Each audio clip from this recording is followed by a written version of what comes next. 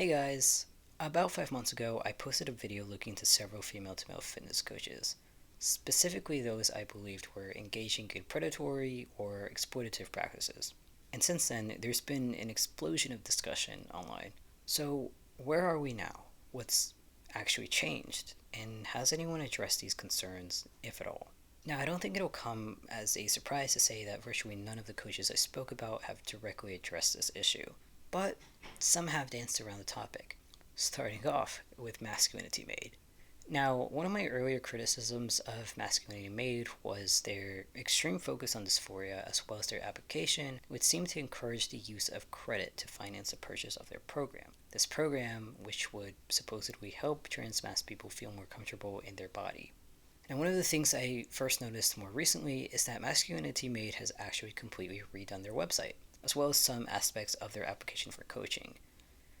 And I'm not sure if this is because they've seen the video or if they've picked up on a lot of the criticism they were generating online, or if it was just something that they were looking to do anyways. But their website does seem a lot less focused on dysphoria as a whole. They now ask people to confirm they're 18 before accessing the full application, and maybe most importantly, their price points have been reduced from 3,000 to 2,000. Hey guys, so since the creation of this video, Masculinity Made has actually updated their application. When I looked into their website 3 days ago, they were asking if you had $2,000 and credit available. As of today, February 17th, they have since removed that option asking about credit, which is amazing, and they've reduced the dollar point from $2,000 to $200. Now, another thing that I noticed is that you can complete this application even if you're under the age of 18, despite Masculinity Made claiming that they don't train anyone under 18. A couple days ago, that wasn't really the case. The most you could do is submit your first and last name as contact info. Now they include this option where if you're under 18, they ask you if you have money to invest. So when I first created this video, I was still looking at Masculinity Made pretty harshly.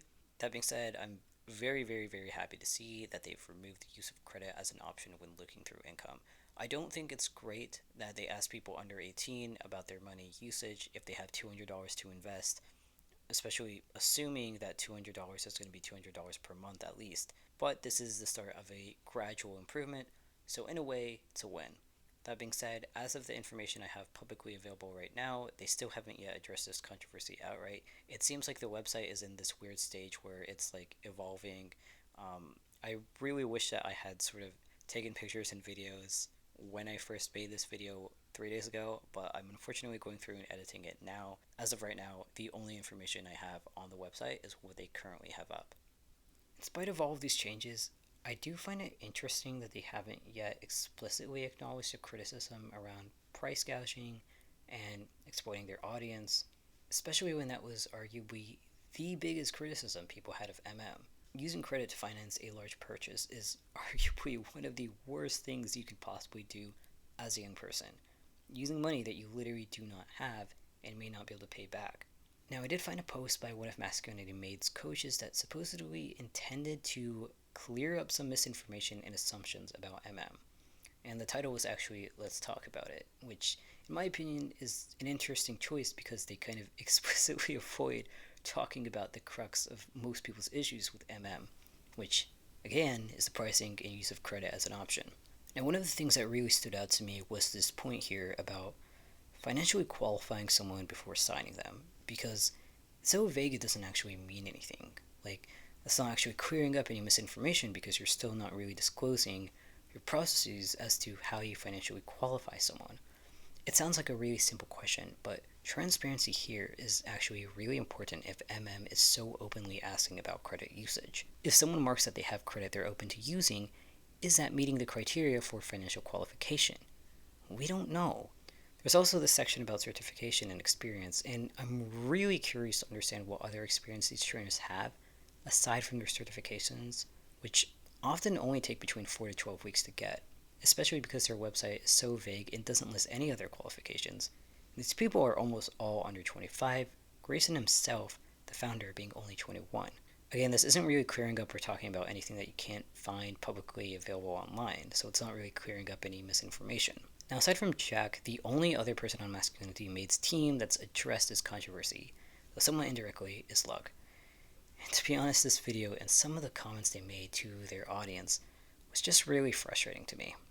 When you put a fence between you and your own community because they have done something that you don't agree with, they're not gonna do the change that you want. You have to let go of the fence and you have to embrace the community that you're wanting to see changing.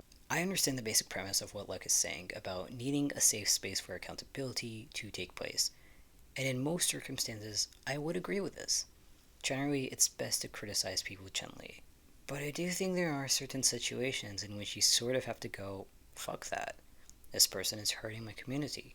They're profiting off of that hurt, and they're refusing to take accountability. I can't gentle parent this person when they're basically encouraging people to go into debt for their program and then pretending it's not an issue when people express hurt around that. And I say this specifically directed towards Luck because they're part of MM. By being part of a team that encourages people to take out lines of credit, they're directly contributing to the damage. And not only are they complicit in this, but throughout their entire comment section, when people express those feelings of hurt or encourage Luck to take accountability and acknowledge this, they sort of flip out and go on the defensive.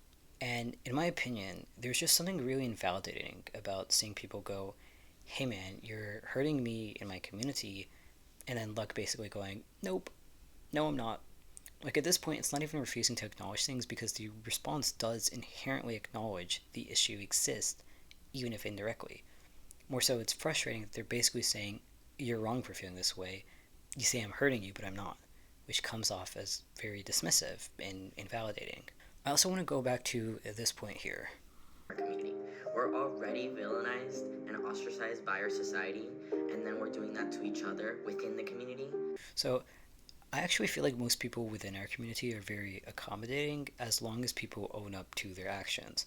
No one's perfect. The general consensus I've gathered online is that people want to see accountability and people want to see change, especially if they think you're hurting their community. So if you just ignore all that, then yeah, people are probably going to ostracize you because they're going to think that you don't care about them or their community. But if you actually work towards addressing and listening to those concerns, even if you don't think it's legitimate, I don't think people would necessarily be nearly as harsh. Now, a fair amount of comments that were actually on this video were deleted or removed, several of mine included, and I actually wanted to address those comments because I feel like they reflect how Luck perceives this issue as a whole, and maybe the disconnect between their perception of this and ours. So, in one instance, a user commented something along the lines, "You must be making ragas, homie." To which Luck responded, quote unquote, "I hope you find yourself in a better position to not think $300 is too much of an investment for yourself." And this whole comment chain ended up deleted. But it was just really frustrating to read because it felt so backhanded and out of touch. Like there's a part of this that reads as, "I hope you can later make enough money to afford our services," but there's also a part that reads as, "I hope you grow to believe you're worth investing $300 over." And aside from how that comment can be interpreted, I think the general framing of these programs as an investment is something I really dislike. Because we are constantly investing in our bodies, right? Just existing is an investment. Think about it. You invest in yourself by paying rent, paying for food, clothing, basic necessities, and trans people disproportionately have to pay more for those necessities. We have to invest more in ourselves through things like testosterone, estrogen, medical appointments, blood work, insurance, surgery. We already invest so much into our bodies just because we're trans. So to read this comment essentially saying, "Hope you later find yourself in a position where you think you're worth $300 reflects this sort of out of touch understanding of financial reality of trans people. And I feel like it shows that Luck just doesn't really know how to speak about these issues with sensitivity. It really feels like the entire MM team just doesn't grasp the barriers that a fair amount of trans people might undergo. I think another thing that frustrated me was how I spoke with Luck directly about this, mentioning how I work with trans people on a daily basis, coordinating care for people who get surgeries, and how quite a number of trans people are in severe poverty because of how much they've had to invest in their bodies, whether due to surgery or hormones or programs like these. And Luck's entire response to that was just, well, no one's forcing you to do anything, no one's forcing you to pay, so this issue is non existent. Which I feel like is a bit of a flawed statement, both logically and morally. Like, even if we were to separate the whole female to male fitness controversy from that statement, it's a statement that most businesses use to justify overpricing, even though it doesn't really stand up to scrutiny. So, for instance, we've all seen those brands that market themselves as trans specific and then sell a t shirt for $80, right? Are people forced to buy it? No. Is it a scam in the legal sense? Also, no. But am I going to use the word scam in a colloquial sense because I think these products are super overpriced and directly profit off of trans people's insecurities? Absolutely. Just because no one's forcing you to do anything doesn't make it right or any less scummy. Then there's the issue of overpricing on a product that's directed towards a marginalized community that's significantly more likely to be desperate enough to buy it. The whole we didn't force anyone so it must be okay argument just does not seem logically great to me. But yeah, those are just my thoughts and opinions about the whole situation with Masculinity Made. With that being said, we're going to transition into talking about August, who has also reacted to my previous video. Now, August actually wasn't on the list of female to male fitness coaches that I looked into, and I want to preface by saying I actually don't think he's a predatory coach in the same way I would characterize some others. But his video still had some really good points, so we're gonna go over some of it anyways. So first off, who is August or Gus? Gus is an online fitness coach who primarily caters his services towards a queer audience, though works with everyone cis and trans. He mentioned he's been training since 2018 and has a master's degree in research of exercise science. And you guys, I actually really liked this video. Definitely check it out if you can. As a whole, I think that Gus navigated this topic with so much more dignity and respect than what I've seen from Luck, really any other fitness influencer. You can really tell this is something he cares about and is trying to address, especially since he's worked on calling out coaches who are potentially exploiting younger folk. That being said, let's discuss the actual video. So Gus is very transparent about how the fitness industry works in general, as well as how that plays into some of the practices around lack of price transparency. And he calls this the standard of the fitness industry. In other words, this is just how things work in the industry, and if there's an issue with that, then it reflects more on the system as a whole rather than the individual people or groups that adhere to that system. Look, I've been in this industry for 8 years, coaching both in person and online.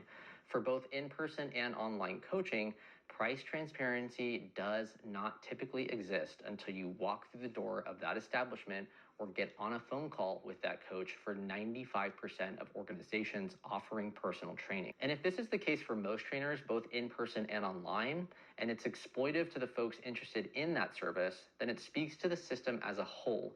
And in my opinion, it's not really appropriate to label a certain group as exploitive when they are a symptom of the problem, not the problem itself.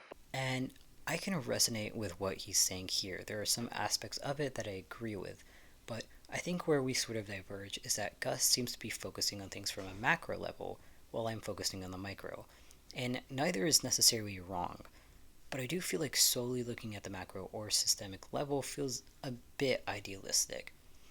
Yes, I think there's value in reevaluating the fitness system as a whole, but I think we can do that while also holding individual people accountable and working towards individual change. Like, I don't think it's necessarily enough to say that the system sucks. We need to be able to change that system somehow. And in order for that to ever happen, there needs to be some degree of individual change. And I do think this is possible. We've already seen people like Devin Spears, who offers queer fitness coaching with this price transparency from the get go. Things don't have to be like this. There's also another point that Gus made in this video that really stood out to me, and it's a point on cookie cutter programs and individualized training, one of the aspects of these sort of programs that I criticized. Let's say I have a client who comes to me. They want to build a more masculine appearing physique. They want to lift 3 times per week, and they also train at Planet Fitness. And I've already built a program for another client who has those same exact needs and want to prioritize the same exact muscle groups. I am absolutely going to assign them that exact same program. That, however, doesn't account for the 12 weeks of communication, check-ins, exercise substitutions, habit and nutrition coaching, and the personal coaching that that specific client will get through those 12 weeks. Just built a program for her who has very specific needs. For this particular client, they have an anterior pelvic tilt, which a lot of us do, but this particular client was aware of this issue and wanted to work on it. So I incorporated specific exercises to do just that into her programming, which I don't do for most folks. All of this to say, if your trainer doesn't ask you where you work out and what specific needs you have, it's probably a cookie cutter system. So I actually really like this example that Gus provided, and there's several layers of this that I want to go through. Here's the thing. I 100% believe that Gus is able to customize his programs to accommodate people with certain nutritional needs or medical conditions. That being said, I think Gus here is an exception, though specifically in context of other fitness coaches I've explicitly talked about.